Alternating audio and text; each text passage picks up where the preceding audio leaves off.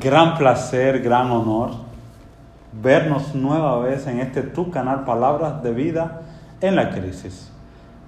Ya estamos casi terminando nuestro folleto y vamos a trabajar hoy la lección número 12. Vamos a estudiar esta hermosísima lección que son los acontecimientos finales de la tierra. Si quieres saber más sobre los acontecimientos finales de la tierra y su base bíblica, por favor no te pierdas ni un minuto.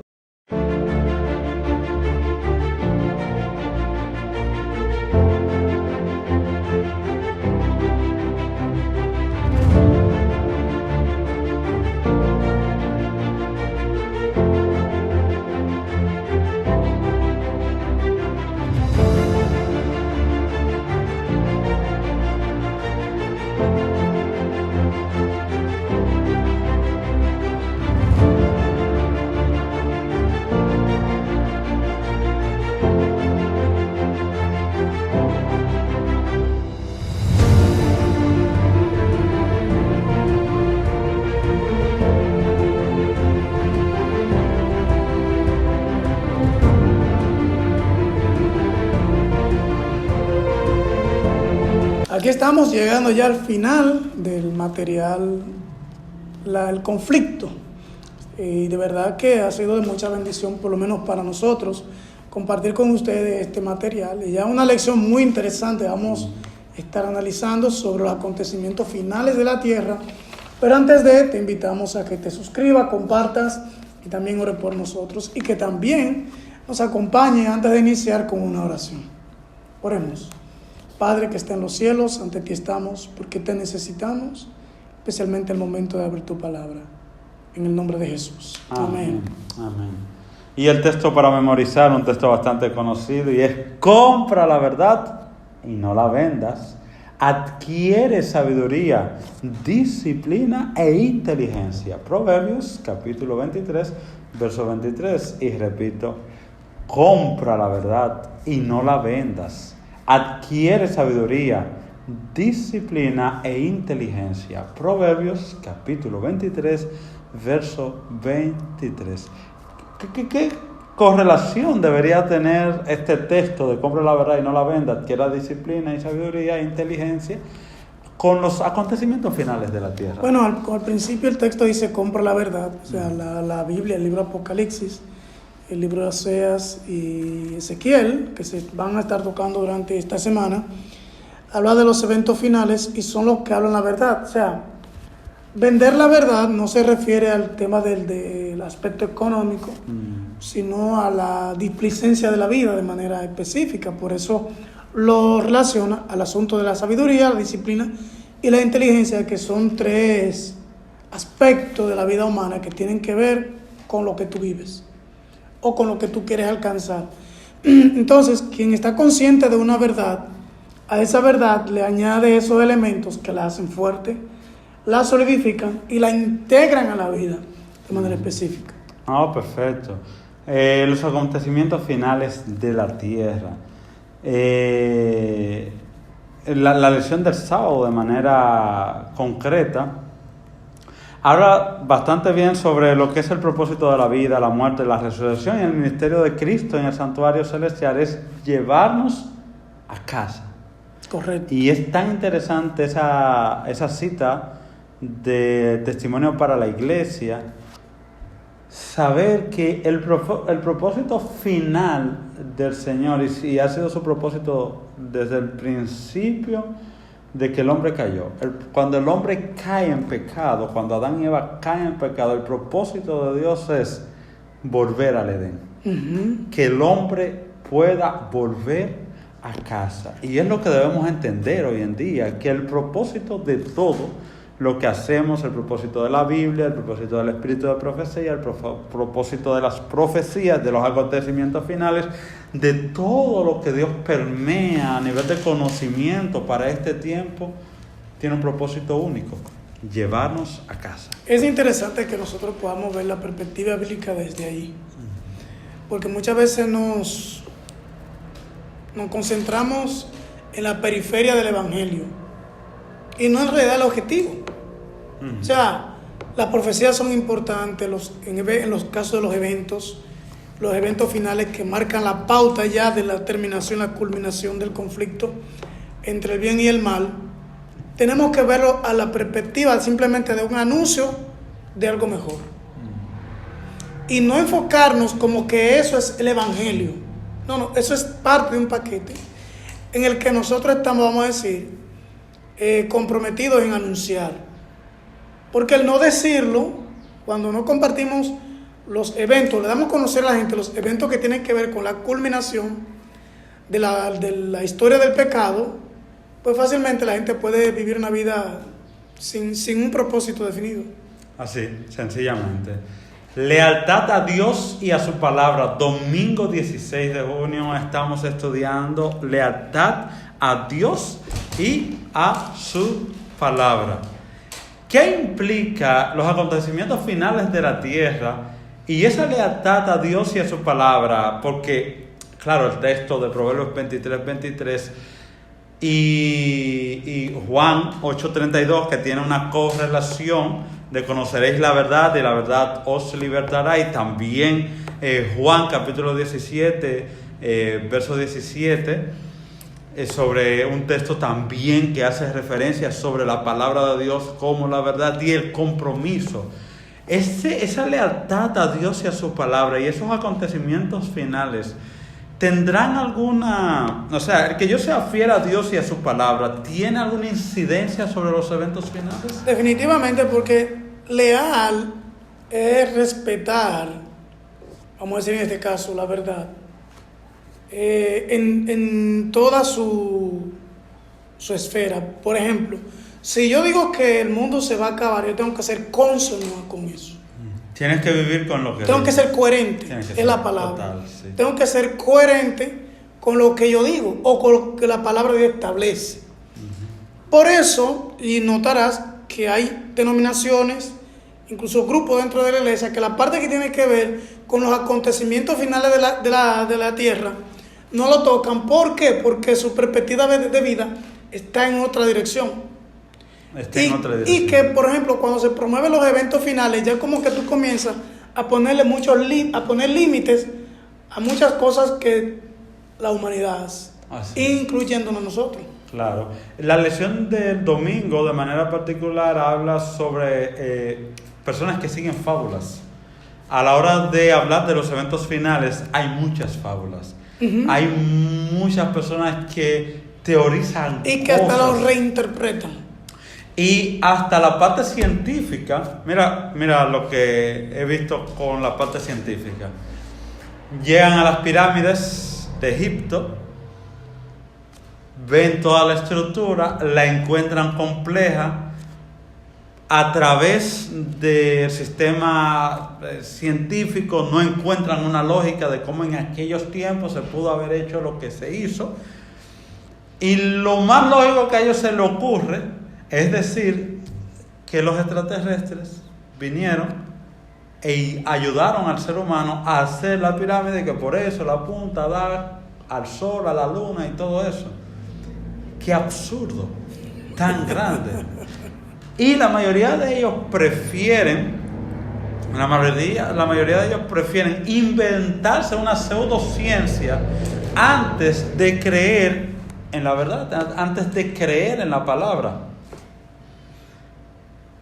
Y lo que la lección del domingo nos lleva es a no creer en fábulas y a creer en la verdad, que viene con la misma línea del texto de compra la verdad. Quiero leer algo y ahí para que comentes. Se encuentra en el Conflicto de los Siglos, página 579 y 580.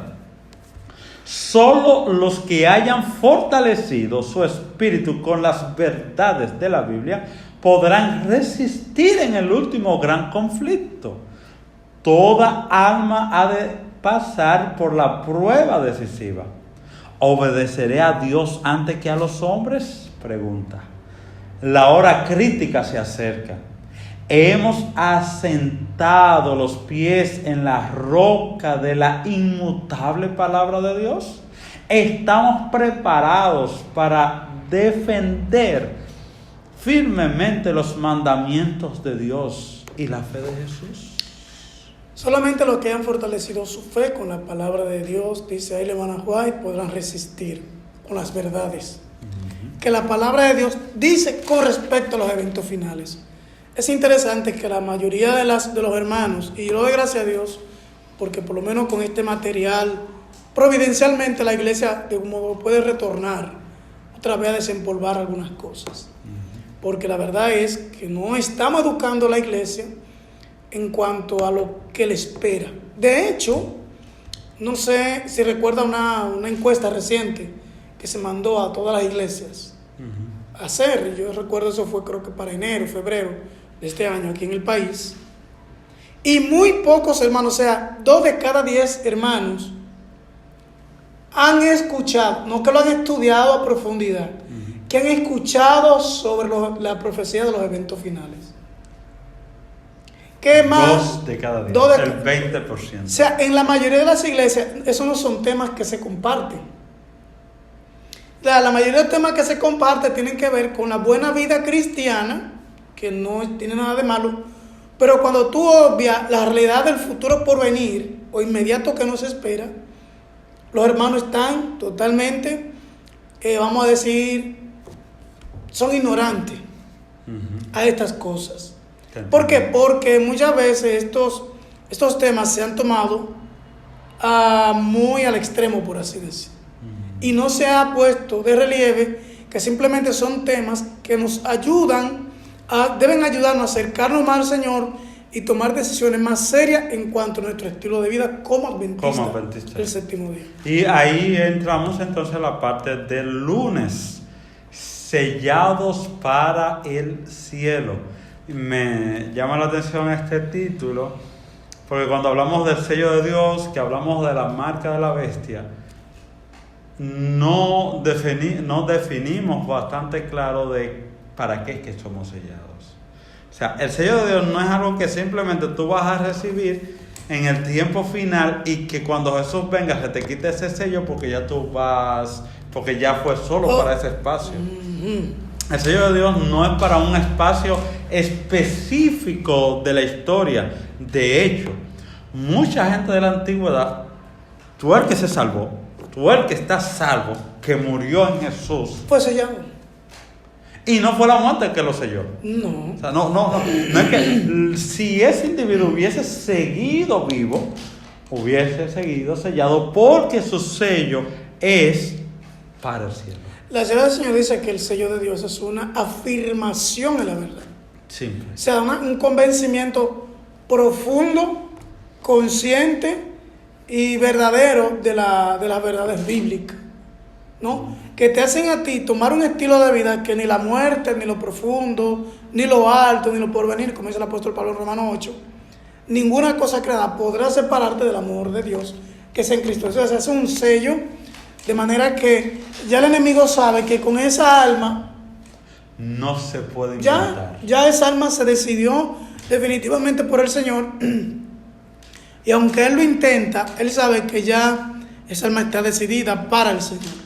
Y lo bueno del sello, porque hay muchas personas... Perdóname, que no es algo arbitrario de Dios. No, total, no. Porque muchos pueden pensar que como el ganado, el dueño estampa la que él quiere. No. Es al revés. Al que se decide por el Señor, entonces el Señor lo sella. Exactamente. Y la historia bíblica es bastante clara. En el libro del Levítico hay una ley sobre los esclavos. Entonces hubo que ponerle un artículo a la ley sobre los esclavos, porque de repente un esclavo que estaba en tu casa, tú lo tratabas bien, le llegó su tiempo, te doy la libertad, ya tu tiempo, o sea, ya tú no eres más esclavo. Pero el esclavo decía, no, yo no, ¿y dónde estoy yo mejor que aquí? O sea, yo me voy por ahí a pasar trabajo, a pasar hambre, no, yo quiero aquí. Entonces se tuvo que añadir un artículo en el libro de Levítico para los esclavos que querían seguir siendo esclavos. Sucede lo mismo con el Señor. O sea, el Señor te da la libertad. Mira, tú puedes elegir, o sea, no hay problema, tú te puedes ir. Lo que tú dices ahora, Señor, yo quiero ser tu esclavo, como la historia del esclavo. El poema. Yo quiero ser tu esclavo. Y el Señor te dice, no, manito. O sea, hay dos caminos, tú puedes elegir, no hay problema con eso. Si tú quieres, te puedes decir, y tú le dices al Señor voluntariamente, mira, tú sabes una cosa, séllame, que yo no quiero salir de aquí. Entonces, el que está sellado para el cielo, eso es lo que sucede. Y que hay que decir que el sellamiento es un evento de los últimos días del área espiritual. Exacto. No del área escatológica, sino del área que tiene que ver con el pueblo de Dios de manera directa, independientemente de la secularidad. Entonces, ¿qué implica esto? La hermana White habla que justo antes de estos eventos finales, el sellamiento es parte fundamental porque está implicado el derramamiento del Espíritu Santo, que es otro tema muy ignorado también en la iglesia. El derramamiento del Espíritu Santo. De hecho, hay un movimiento subversivo. Siempre Satanás se adelanta a lo que Dios va a hacer. Aunque él no conoce, vamos a decir, el tiempo en que Dios lo va a hacer. Pero como ya él tiene, vamos a decir, una expertise en lo que Dios ha dicho, y él sabe cómo adelantarse. O sea, él puede observar en las circunstancias cuando Dios está tratando de hacer algo y él se adelanta. Usted no sabe, aunque falten años, pero él se adelanta para tratar de agarrar una cosecha antes de que Dios haga lo suyo. Y últimamente, por lo menos aquí en el país, no sé, en el país de donde nos ven, se ha estado levantando un movimiento en contra de la persona del Espíritu Santo. Sí. O sea, yo el otro día yo decía, ¿cuál es el objetivo de en este tiempo provocar esa inadversión hacia el Espíritu Santo? Es que estamos en el sellamiento. Y hay algo ahí tan interesante, porque mucha gente entiende que el sello es el Espíritu Santo, cuando el Espíritu Santo no es el sello, sino el sellador. Correcto.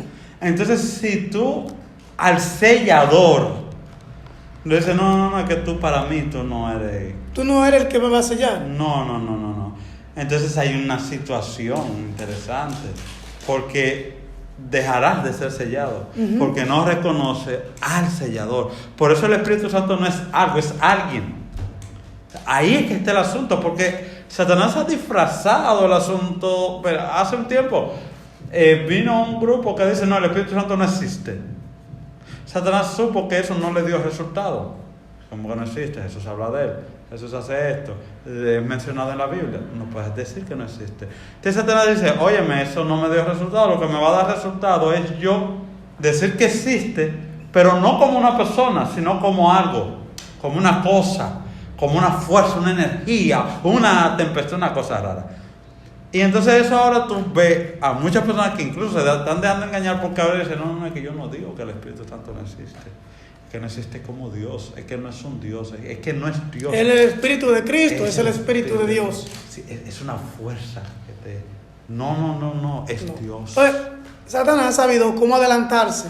Y eso nos dice, unido a otras cosas, de que el tiempo de que estos eventos ya continúen su proseguir hasta que Jesús venga ya de una manera más acelerada. Sí. Y la manera en que Satanás está trabajando es lo que dice eso. Así es.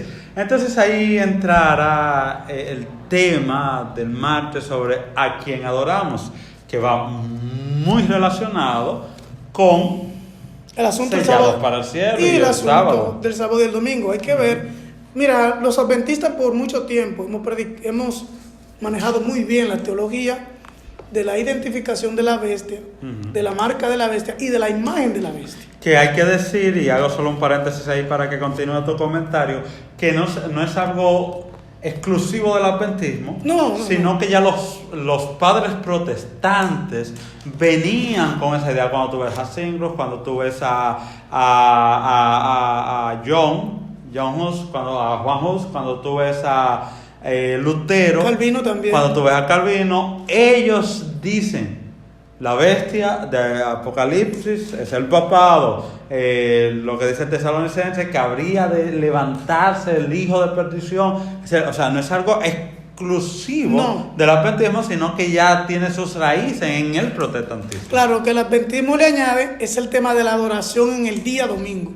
Eso es lo que el adventismo es lo único que se le añade a eso que ya venía en progreso, por así decir, ¿no? Que no es tan simple, porque al añadirle lo de la adoración el día domingo para... Identifica muchos de esos protestantes que también adoraban el domingo. Que también adoraban el domingo, y eso le da luz entonces al sellamiento, le da luz al zarandeo, le da luz a todo ese conjunto de doctrinas. O sea, cuando yo te digo que el adventismo se ha destacado en su teología por identificar la bestia, la imagen y su marca, hemos descuidado la parte donde eso tiene fuerza, que es en la parte del estilo de vida que nos lleva a aceptar la bestia, su marca y su imagen.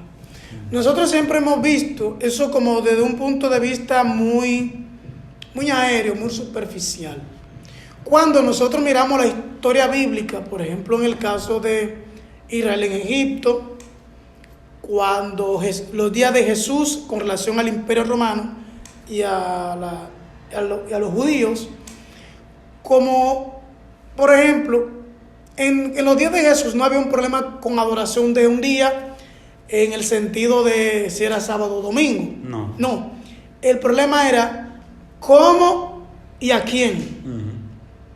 ¿Cómo y a quién? Ahí estaba la dificultad. Claro. Entonces, el título de la lección es ¿a quién adoramos? O sea, yo muy bien puedo dejar de trabajar el sábado, pero si mi manera de manejar el conflicto, una reflexión que hacía esta mañana a raíz de una situación que tuvimos, ¿cómo yo manejo el conflicto? ¿Como la bestia o como el cordero? Bastante interesante. Si en el diario vivir mi manera de manejar los conflictos es como la bestia, con sentido de autoridad, con fuerza, con manipulación, con forzamiento, con violación de la conciencia, con todos esos elementos que hacen de la bestia lo que es, o sea, yo no necesito guardar el domingo. O sea, porque el problema de Jesús en sus días no era si el fariseo guardaba el día o no, era el carácter que ellos revelaban con relación a lo que ellos decían que adoraban. Claro.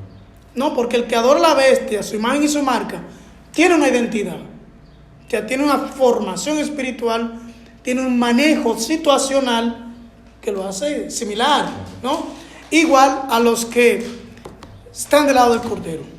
¿Cómo manejó Jesús los conflictos? ¿Cómo lo enfrentó? ¿Qué herramientas utilizó el Señor para invitar a la gente a adorar? Tal punto de que Jesús en Mateo 5 dijo, si tú vas al altar y allí te acuerdas que tu hermano tiene algo contra ti, deja allí tu ofrenda, ve y reconcíliate primero con tu hermano y después ven y trae la ofrenda. O sea, Jesús estaba enfocando el origen del conflicto en el ser humano propiamente dicho. O sea, porque adoración implica una entrega y una lealtad del individuo a su creador o a su Dios, ¿no? Y en este caso nosotros tenemos que verificar muy bien, porque hasta que las crisis no nos llegan, nosotros muchas veces no sabemos de qué lado estamos. Así es. Entonces, a quién adoramos determinará mucho de cómo adoramos. Correcto. Correcto, ¿verdad?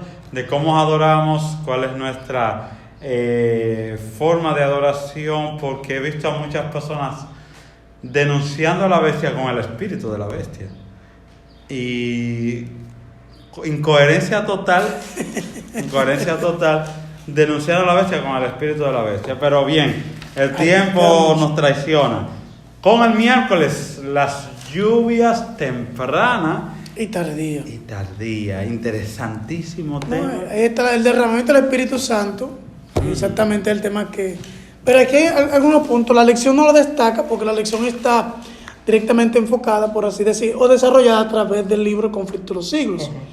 Pero el derramamiento de la lluvia temprana, que vamos a decirlo, esto está hablando de una simbología aquí, ¿no? Claro, hay un evento muy particular que se dio con los discípulos, pero si notas que para que el Espíritu Santo se derramara, en el libro de Hechos, capítulo 2, dice que ellos estaban juntos y unánimes y nadie decía ser suyo lo que poseía. Muchos han interpretado estos textos como que para que el Espíritu Santo se derrame, yo tengo que vender y despojarme de todo. No. Ahí dice, nadie desea de ser suyo lo que Poseía. Poseía. O sea, que lo seguía poseyendo. Era de ellos. Pero, ¿dónde estaba su corazón? En la misión. No estaba en eso. No estaba en las cosas. No estaba en las cosas que poseía. Exactamente. No, estaban unánime. El apóstol Pablo en el libro de Filipenses dice: completen mi gozo sintiendo una misma cosa, estimando a los demás como a superiores a ti mismo. El problema nuestro, y ya tuvimos un antecedente, así que se dice. Sí. También hay otra palabra que andaba buscando cuando algo ha sucedido antes, que se repite. 1888. Wagner y Jones traen la proclamación del Evangelio de Cristo Jesús en el libro de Gálatas y el libro de Romanos. Comienzan a predicar a Jesús de una manera más clara. La dirigencia no lo quiso. 1901, la reunión de la conferencia general. El hermano White tuvo una visión que está en el Testimonio para la Iglesia, el tomo 9. Se llama Lo que pudo haber sido. ¿Qué fue lo que pudo haber sido ahí? Que se pidieran perdón los hermanos en que esa hubiera reunión. habido lo del Pentecostés. Que se acercaran a los hermanos y se pidieran, porque la lluvia tardía se derramará en aquellos hombres donde haya verdadera y sincera humildad de parte de Dios como su Dios. Y Dios, el Señor, va a unir a esos hombres en la proclamación, que es la parte del jueves, del clamor final, porque el Espíritu Santo se va a derramar exactamente para impulsar, dice ella, el mensaje. La predicación del mensaje. Y hablando de la parte final, el jueves, que es el fuerte clamor, solo quiero leer una cita que aparece al final de esa lección. Dice: la gran obra de evangelización no terminará con menor manifestación del poder divino que la que señaló su principio. Las profecías que se cumplieron en tiempo del derramamiento de la lluvia temprana al principio del ministerio evangélico deben volverse a cumplir en tiempo de la lluvia tardía, a fin de dicho ministerio. Vendrán siervos de Dios con semblantes iluminados y resplandecientes de santa consagración, y se apresurarán de lugar en lugar para proclamar el mensaje celestial. Miles de voces predicarán el mensaje por toda la tierra. Se realizarán milagros, los enfermos sanarán, y señales y prodigios seguirán a los creyentes, conflicto de los siglos, páginas 597 y 598. ¿De dónde vendrán esos? ¿De dónde vendrán? Eso es interesante. De haber tenido una preparación con el Señor, de eso seguro. Claro. De haber tenido una preparación con el Señor, un estudio profundo de las verdades divinas, y como yo le decía a muchos, estamos corriendo, hay muchos que estamos corriendo a los montes, a los campos, pero no sabemos por qué estamos corriendo para allá. Muchos dicen: estamos corriendo a los campos para cuando venga el tiempo de persecución. Sí, pero si estudiamos a profundidad las declaraciones del Espíritu de profecía, el que está corriendo en este momento de preparación a las montañas, está corriendo para cuando venga el tiempo de crisis, bajar a la montaña y decir: mátenme, que estoy dispuesto a que me maten, porque para la predicación del Evangelio. Pero muchos estamos corriendo a las montañas para cuando venga el tiempo de crisis meternos más para adentro. Incoherencia. ¿Cuándo debería ser todo lo demás? Todo lo contrario. Es que se va a dar así, o sea, de los verdaderos, o sea, los que están ahora haciendo su preparación con el Señor, especialmente que se están moviendo a lugares apartados, es para tener un espacio, para estar más cerca con el Señor, como en el caso de Moisés, allá en el monte. Estuvo en contacto con su Dios. Después que el Señor hablaron cara a cara, Moisés bajó al pueblo con el rostro como resplandeciente de santa consagración. Y eso no quiere decir, solo haciendo un paréntesis ahí, que tú vas a tener una desconexión total de las ciudades. Es todo lo contrario. Tú vas a hacer como no. Bajaste, predicaste, subiste, bajaste, predicaste, subiste. Ya habrá un momento de desafío, hasta de orden de muerte para los que obedezcan, que tú vas a decir: no por el desafío, sino porque el Señor te dará una clara señal de es hora, es tiempo de que tú dejes todo esto que está aquí y te vayas.